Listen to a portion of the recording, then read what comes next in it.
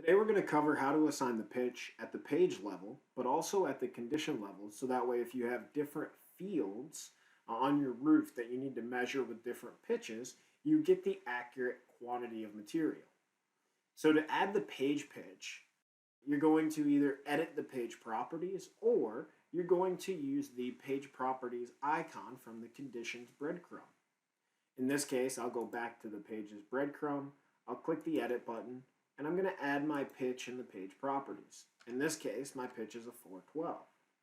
Now once I click save and I click my forward arrow button, you'll notice that we have a 412 pitch assigned to almost all of our conditions. Now there's a couple conditions that don't need the pitch because of where they're located on the roof, for example like your ridge and your eaves, but then you also still have a couple other conditions that don't necessarily have the 412, it's actually greater. In this case, 417. Now the reason that those conditions have that is because it's your hip and your valleys. So continuing with the page pitch, you'll notice that I have my shingle field. I have one that's set for 412, and you can see that that is the majority of the roof.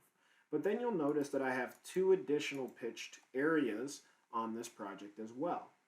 However, the description may say 612, but the pitch is still reading 412. So we're not quite getting the amount of material that we need to see out there. So this is where you can go in and you can override the page pitch with a condition pitch. Now to override that page pitch, you do need to open up the condition properties. You can do that by double clicking or hitting the edit button. And once you open your condition properties, you're going to move down to the quantities option in the bottom left corner. Open up the quantities option and you'll see that we have an override page pitch checkbox. Simply left click that checkbox, backspace the number that you have in there, and change it to what this condition should be. Click OK and OK again, and you'll notice that your quantity will change.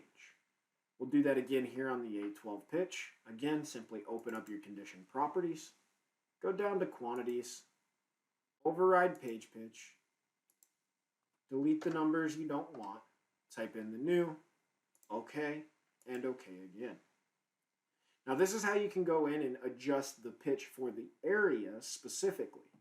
What happens if you run into, a hip where on the left side of the hip you have a 412 pitch and on the right side of the hip you have a 612 pitch?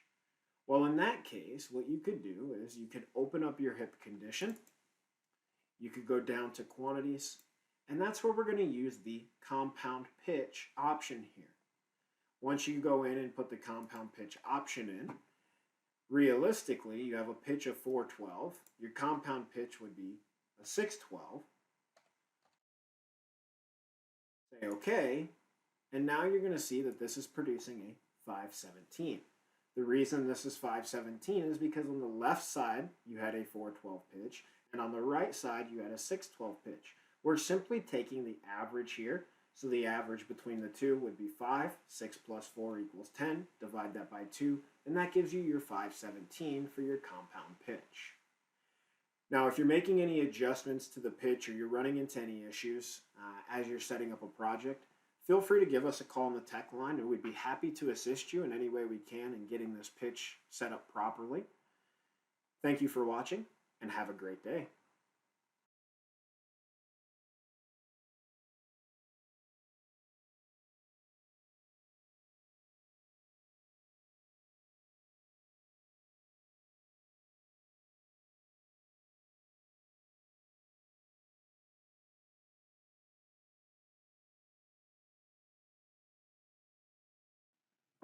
Today we're going to cover the different views that you have the ability to see on the pricing and the labor screen. So the first thing we want to talk about are your columns. So you'll notice that over here on the right hand side we have a column drop down. Now realistically you can turn on or off these columns by clicking the checkbox here on the left hand side. If it's highlighted blue, that's a representative for you to let you know that this column is turned on and produced inside of the screen that you're looking at. Ultimately, if you wanted to customize these columns, you could also left click, drag and drop and move these columns in any order you want. Again, it's important to know that this is specific to the current machine that you're working on. So if you are working on different computers, say an office computer versus a home computer, make sure that you set these columns up the same way on both computers and you won't run into any confusion or any issues. The other option that you have is this View Options button. If you click this option, you'll notice that you have the capability to view the pricing screen in a bunch of different ways. At this point, we're viewing pricing, so that way you can go in and put your unit pricing information in. However, if you wanted to add waste percentage, you could also choose waste, and that's only going to show you the estimated quantity with your waste percentage column, and then showing you ultimately what your real quantity is, and that's this waste quantity here. It's going to be showing you what your real quantity is, including the estimated with that waste percentage applied.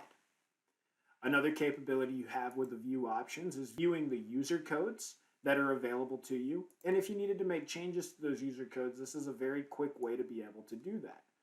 Again, ultimately, you just choose that view options and select the user codes. You could come in here and click your drop down and then scroll through the user codes that are present in your database. The next option you have is to view your user 1 code, commonly known as the account code, or your user 2 code, commonly known as the phase code. So in this case, simply click on one of those options, and now you can go in and you can start to select a lot of these materials and start to apply the correct code to them, so that way you could then access the account code report through our cloud reporting program. Another option you have in the view options is seeing the user 3 and user 4 fields as well. So if you were using any one of those user 1 through user 4 fields, this is the quick way that you can go in and be able to make modifications to those codes. Now, that is the pricing screen and all of the views that you have the ability to see there. So if we were to jump out to the labor screen, it's the same information. All right, you have a columns drop down, so now you can scroll through and turn on or off some of these columns. The difference is now you're looking at it in a labor aspect versus a pricing aspect. So you're going to care more about the production rate here rather than the pricing. Ultimately, you do still have that view options, and you can still go in and look at waste, user codes, account codes, phase codes, and the user 3 and user 4. Again, account code and phase code are usually user 1 and user 2 in most databases. Now, if you're not using labor waste and you don't have that turned on inside of your program, then this labor waste isn't going to do anything for you, and most of our companies don't actually have that labor waste in there. Most of the time on the labor screen, you're typically just turning on or off columns that you want to see or don't want to see, so that way you don't have as much information being presented and confusing you as you're going through that estimate. If you have any additional questions or you need any assistance in getting this set up, please feel free to reach out to our tech team. They'd be happy to assist you in any way they can. Thank you very much for watching and have a great day.